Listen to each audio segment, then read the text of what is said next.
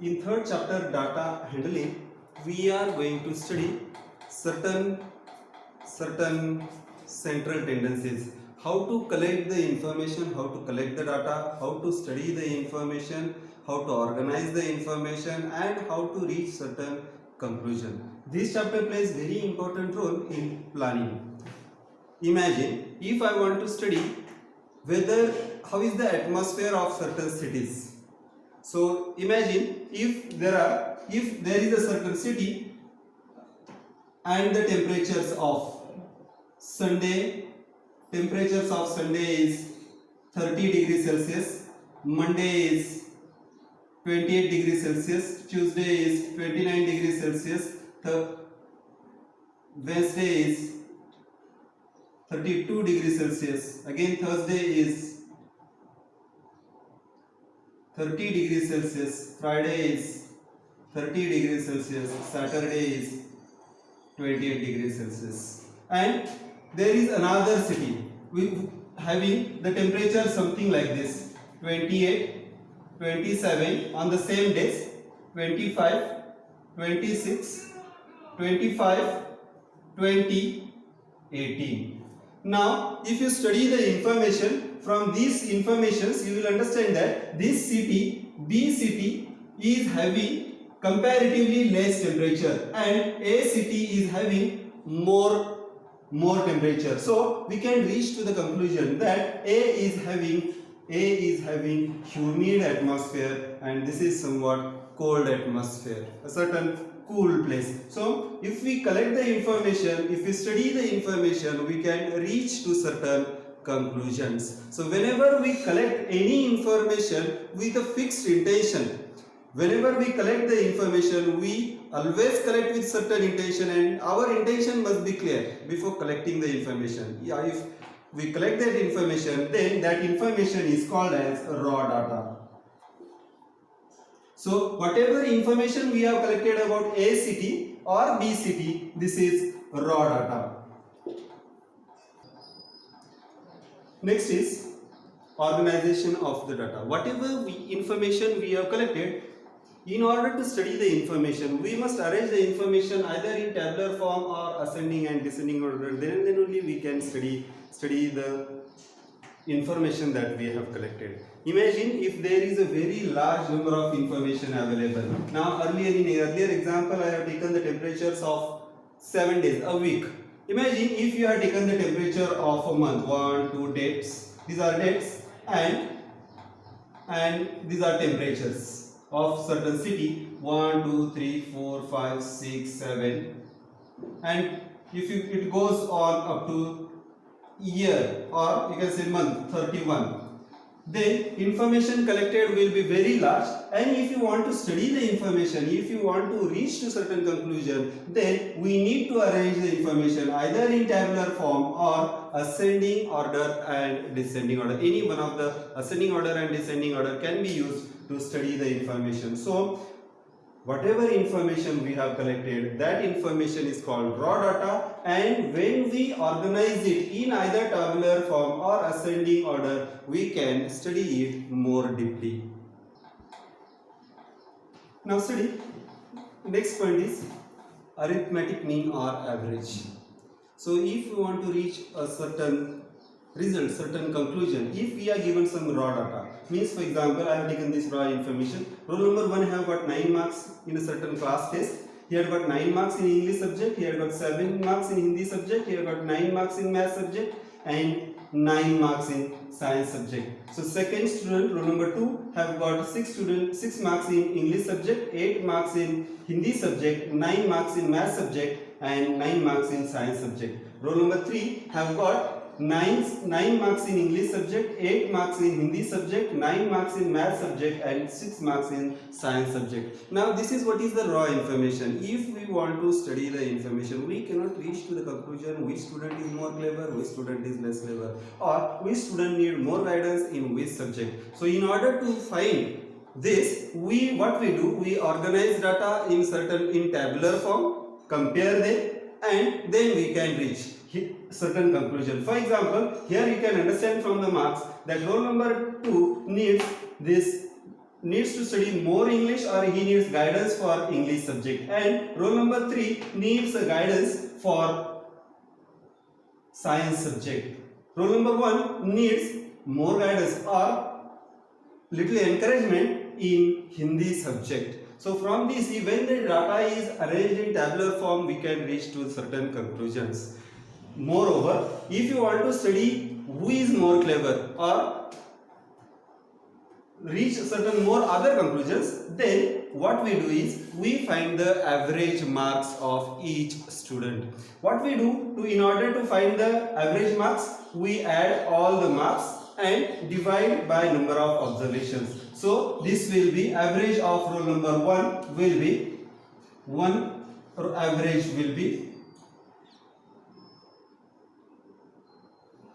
34 divided by 4, that is equal to 8.5. Second is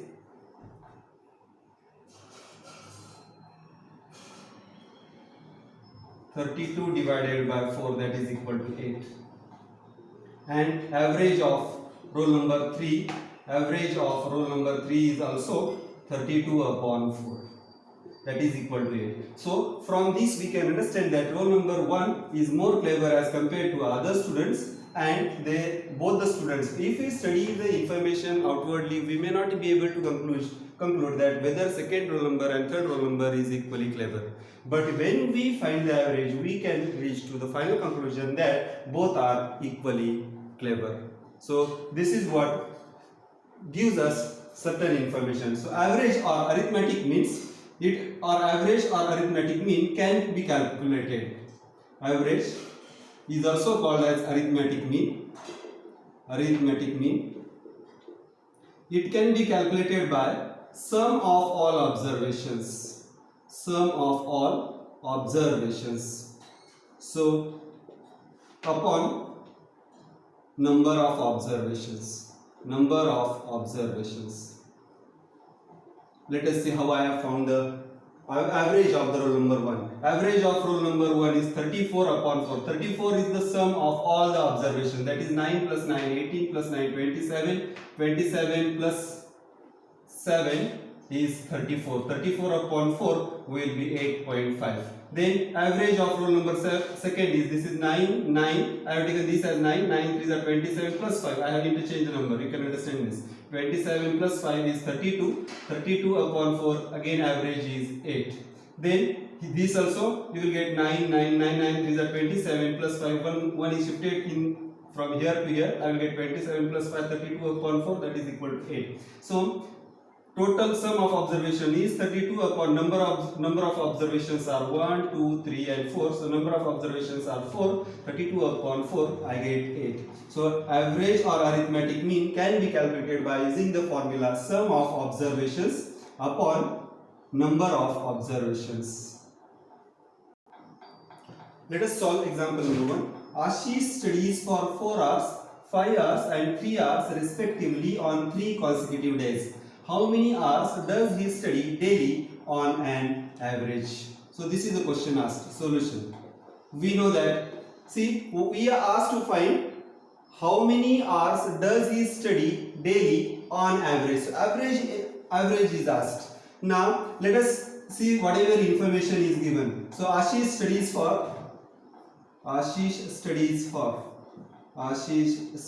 for how many days? 4 hours, 5 hours and 3 hours for on 3 consecutive days.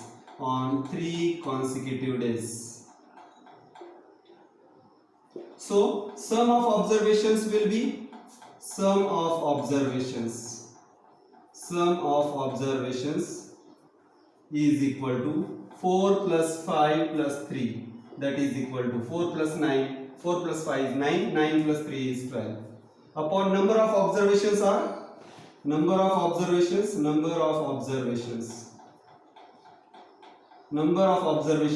1, 2 and 3. Number of observation is 3. We know the formula for average is equal to sum of observations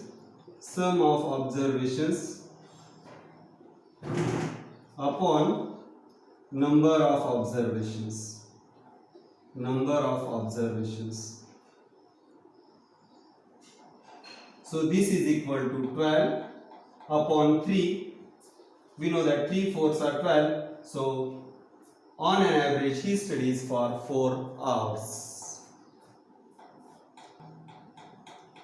On an average Ashish studies for 4 hours. Dear friends, in example second, this is E. In example second, a batsman scored the following number of runs in 6 innings, and the runs that is scored in innings are: in first inning he scored 36, next inning 35, 50, 46, 60 and 55. So total 1, 2, 3, 4, 5, 6 innings are there. In 6 innings he scored different scores. Now we are asked to calculate the mean runs scored by him in an innings. So we know that to calculate mean is equal to sum of observations upon number of observations. So runs solution is runs scored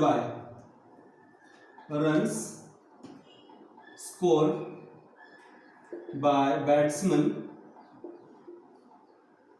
in 6 innings are 36, 35, 50, 46, 60, 55. Dear students, I would like to request you that whatever is given in the question, that quantities which we are going to use while solving the problem must be written before we solve. Normally, while checking the papers, it is noticed that students get the marks for whatever is given things. Even if they don't solve the problem, they may get half mark, 1 mark for writing formulas, for writing the given things. So I request you to request you to write the given things. Now sum of observations. Sum of observations is equal to 36 plus 35 plus 50 plus 46 plus 60 plus 55. If you add this, you will get the answer 282. Now number of observations are 6. Number of observations is equal to 6. So mean is equal to sum of observations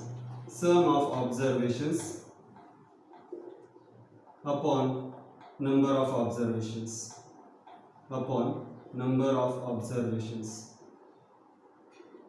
That is equal to 282 upon 6. If you divide this, you will get 6 4s are 24, 42 left, 7s are 42, 6 7s are 42. So 47 is the mean. So mean run scored by batsman is 47.